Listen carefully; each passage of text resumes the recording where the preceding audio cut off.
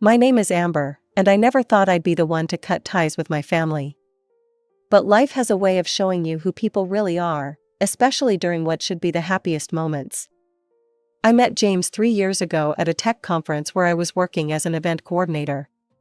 He was different from the guys I usually dated, quiet, thoughtful, and incredibly intelligent. While I'd always been the life of the party like the rest of my family, there was something about his calm demeanor that drew me in. He worked as a senior programmer at a major tech company, and the way his eyes lit up when he talked about his projects made me fall for him instantly. "You're nothing alike," my younger sister Rachel kept telling me when we started dating.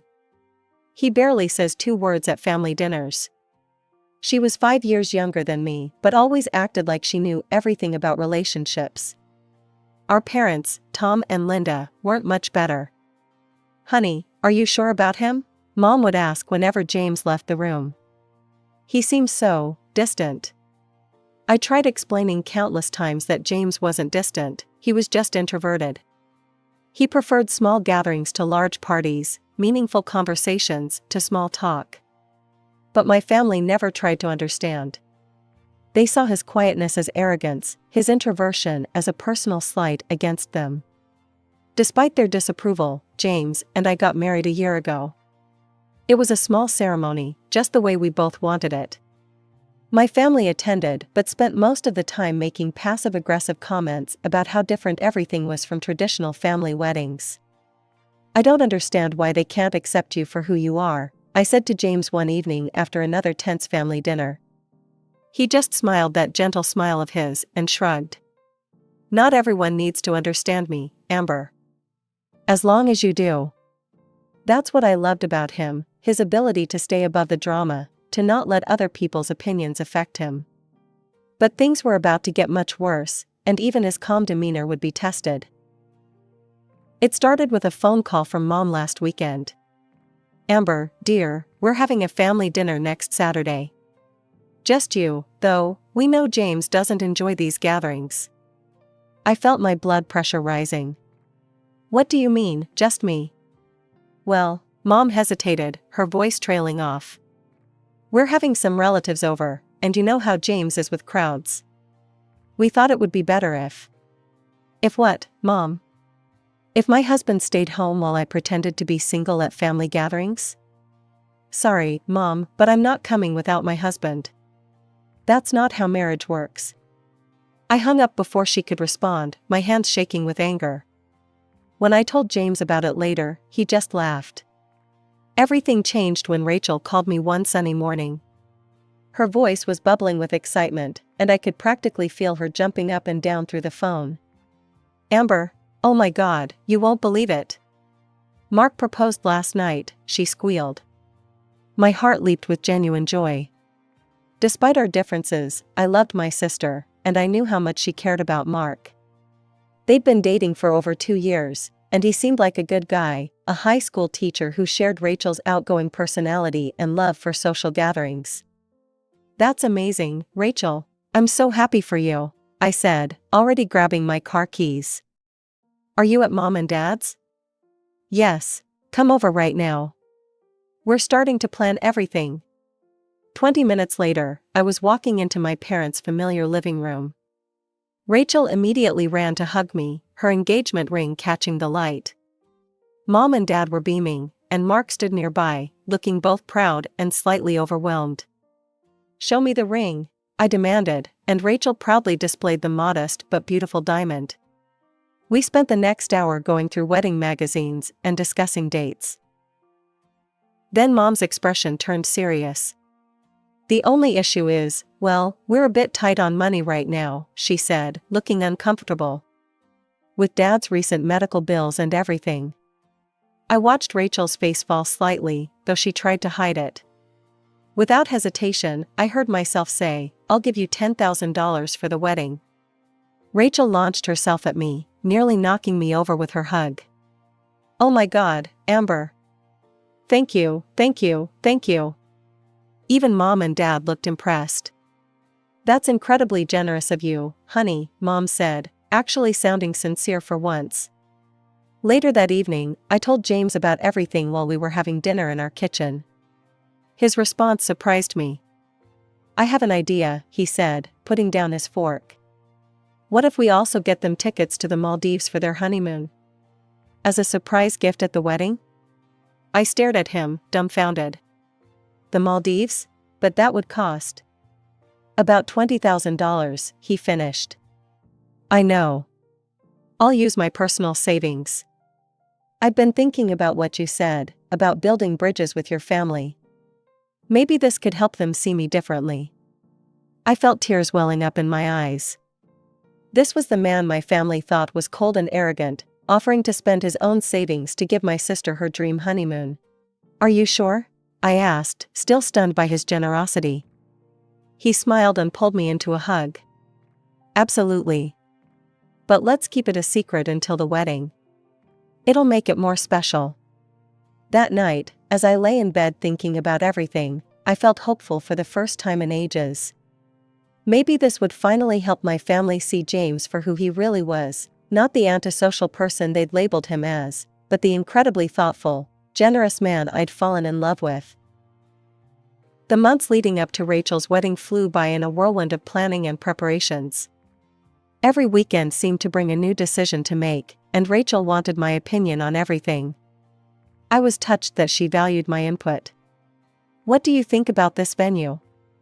Rachel asked one Saturday, showing me pictures of an elegant converted warehouse.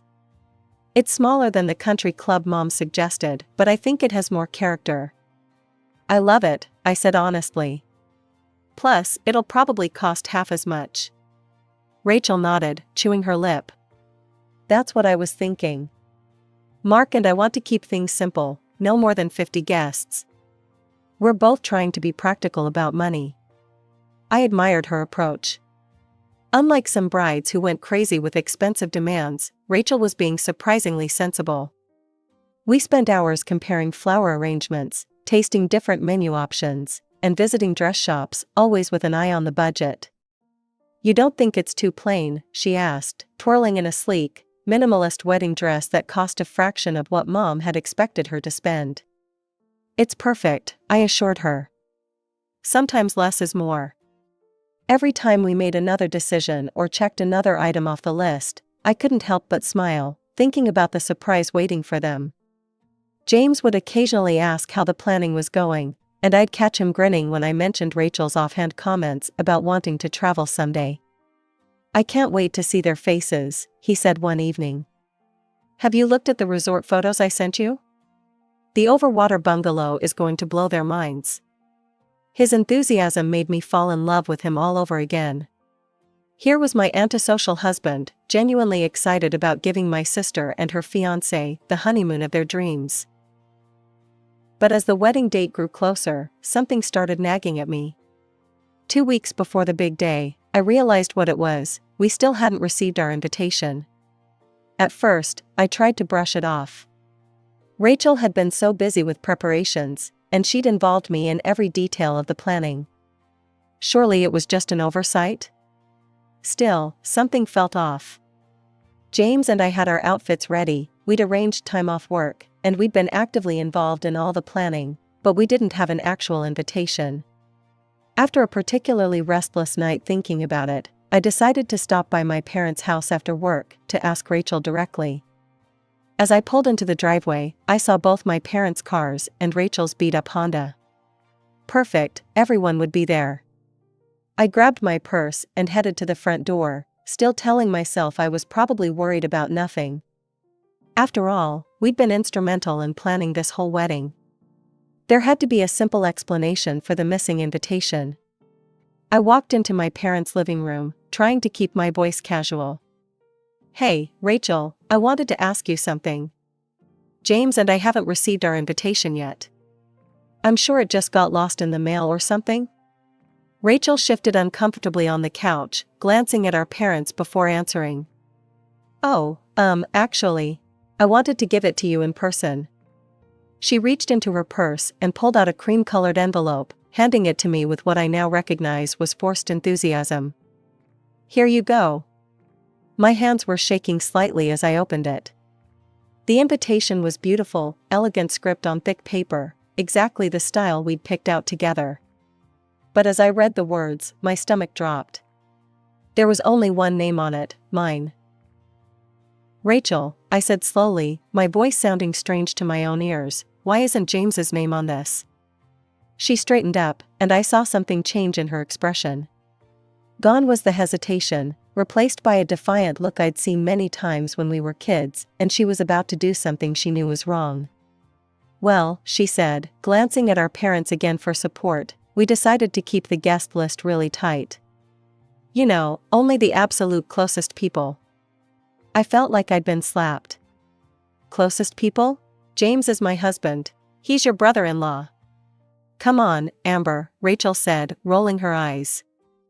We all know he's not really family. He never tries to be part of anything.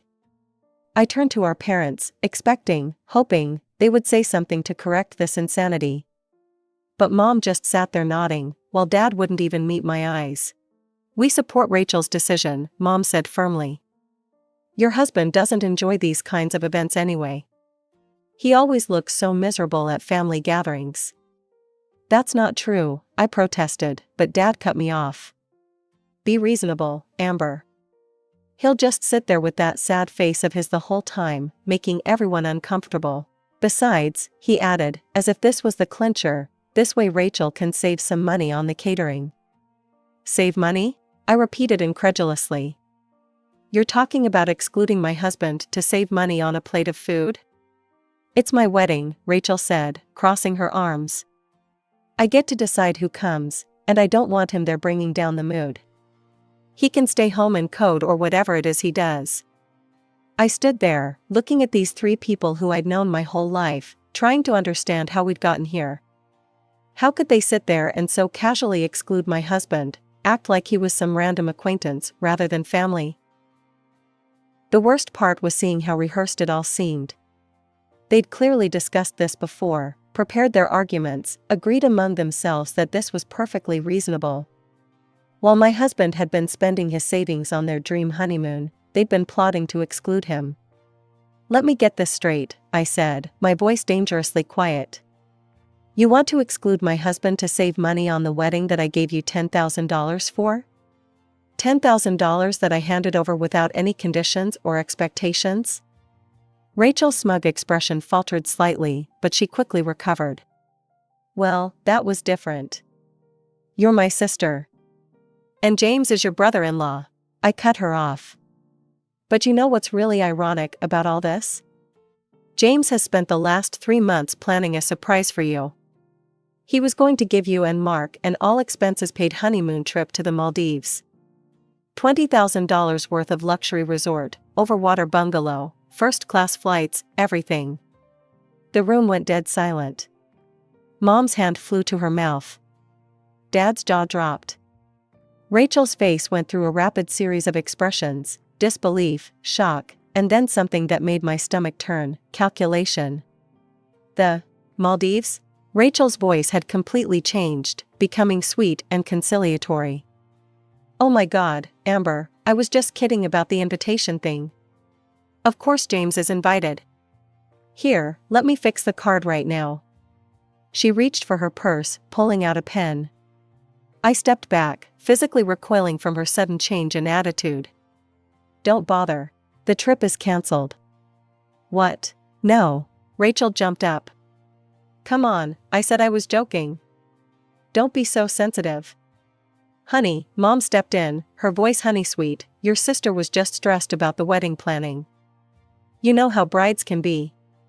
Of course we want James there. Dad nodded vigorously. Absolutely, he's family. I looked at their faces, faces I'd known and loved my whole life, and felt nothing but disgust. 5 minutes ago, they'd been united in excluding my husband. Now, at the mention of an expensive gift, they were falling all over themselves to backtrack.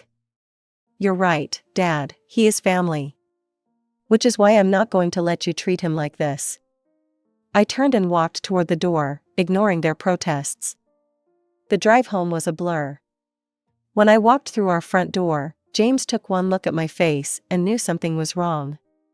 We sat on our couch as I told him everything, the invitation, their excuses, their sudden change of heart when they learned about the Maldives trip. James listened quietly, his face calm as always, but I could see the hurt in his eyes. He'd spent months planning this surprise, genuinely excited about giving Rachel and Mark this gift, and they couldn't even be bothered to invite him to the wedding. "What do you want to do?" he asked finally. "Cancel the trip," I said without hesitation. "And I'm not going to the wedding. I can't sit there and celebrate with people who treat you like this." "Are you sure? They're your family." I shook my head firmly. "You're my family. And I won't let anyone treat my family like this." James nodded, opened his laptop, and within minutes had cancelled the Maldives reservation. The money was immediately refunded to his account. As I watched the transaction complete, I felt a strange mixture of sadness and relief. That evening, my phone wouldn't stop buzzing.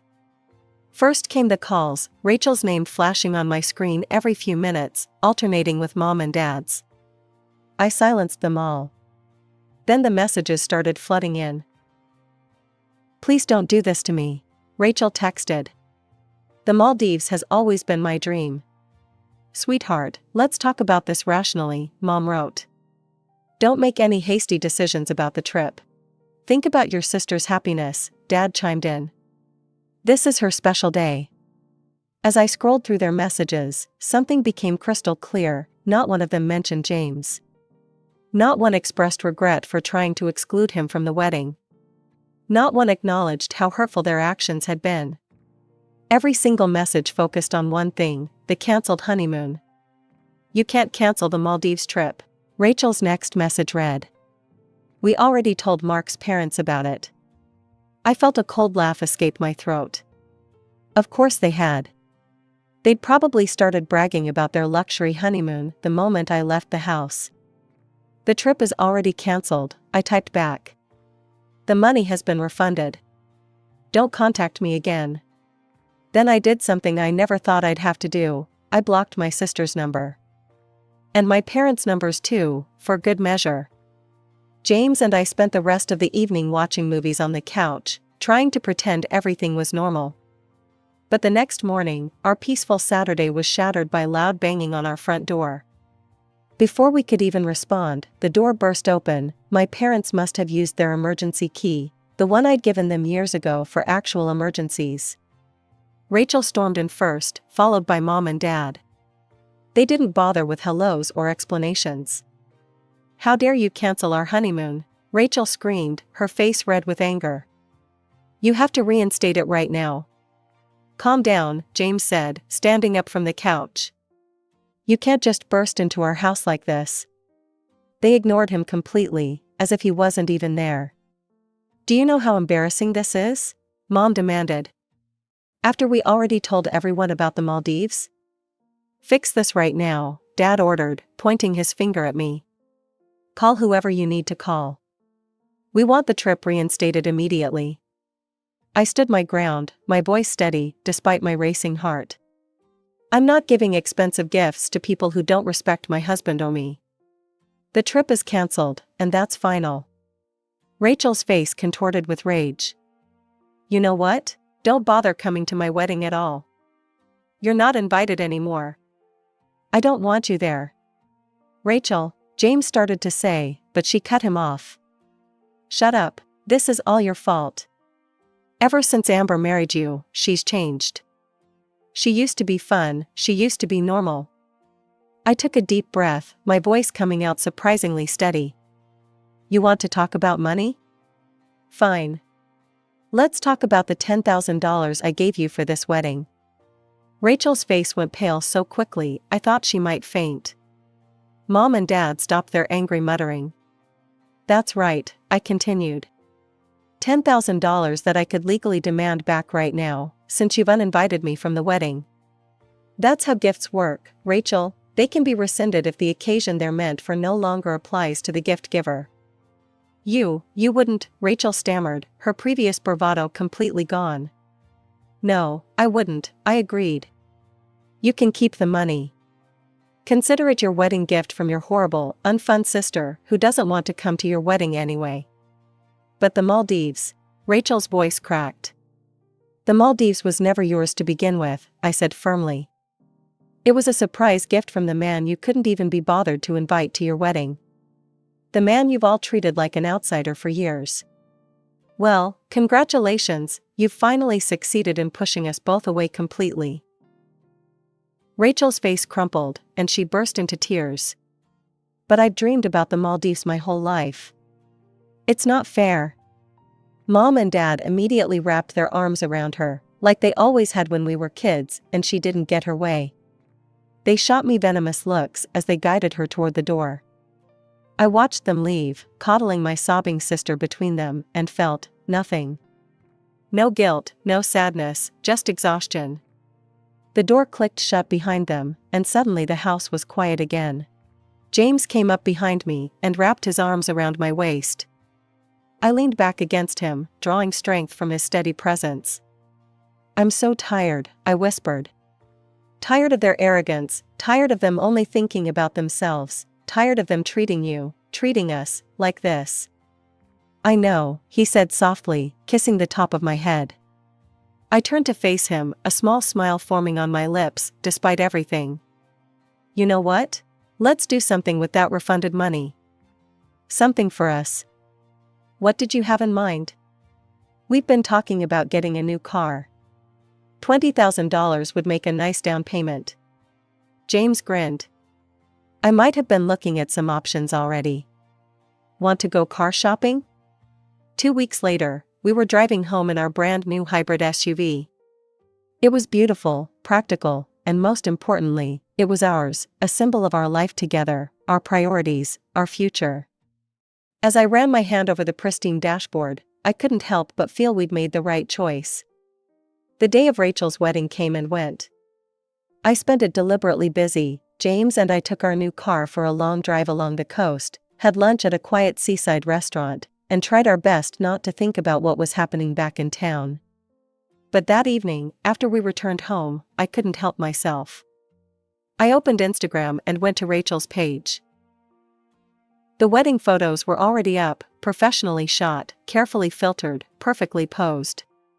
But as I scrolled through them, I noticed something. Rachel's smile never quite reached her eyes. In every photo, even the candid shots, she looked distracted. Unsettled.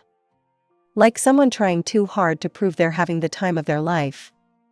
2 days later, my Aunt Susan called. She'd always been my favorite relative, Mom's younger sister, but completely different from her in every way that mattered. I need to tell you something about the wedding, she said, her voice serious. Your mother made a speech. One of those passive-aggressive masterpieces she's so good at. She went on about how families should stick together, how some people become too caught up in their own lives to remember their responsibilities. Then she said something about greed destroying family bonds. I felt my chest tighten. Let me guess, everyone knew exactly who she was talking about. Oh, honey, it was about as subtle as a brick through a window. The whole room was uncomfortable. Even some of Mark's family were whispering, asking what was going on. I took a deep breath and told her everything, the uninvited husband, the Maldives trip, Rachel's tantrum, all of it. When I finished, there was a long pause on the line. You did the right thing, she said finally, her voice firm. I've watched for years as they've treated James like an outsider. It's not right, and it's not your fault. Your mother and Rachel, they've always been like this, always had to have everything their way. Tears welled up in my eyes. Thank you, Aunt Susan. You don't know how much that means to me. After we hung up, I sat in our backyard for a long time, watching the sunset. James found me there and brought out 2 glasses of wine. Penny for your thoughts? He asked, settling into the chair beside me. I was just thinking about family, I said, taking a sip. About how sometimes the hardest decisions are the right ones. Do you think you'll ever reconcile with them? Honestly, I don't know. Maybe someday, if they can truly understand what they did wrong and make real changes. But I'm not holding my breath, and I'm not going to chase after them. James reached over and took my hand. Whatever happens, we'll face it together. I squeezed his hand back, thinking about how far we'd come. Sometimes it takes a crisis to show you what really matters, who really has your back. My family might have thought James was the outsider, the one who didn't fit in, but they were wrong. He was the one who had shown true family values, loyalty, respect, understanding. As we sat there in our backyard, watching the sky turn from orange to purple, to deep blue, I felt a profound sense of contentment. Our new car sat in the driveway, a symbol of our shared future. Our home, though quieter now without my family's constant drama, felt more peaceful than ever.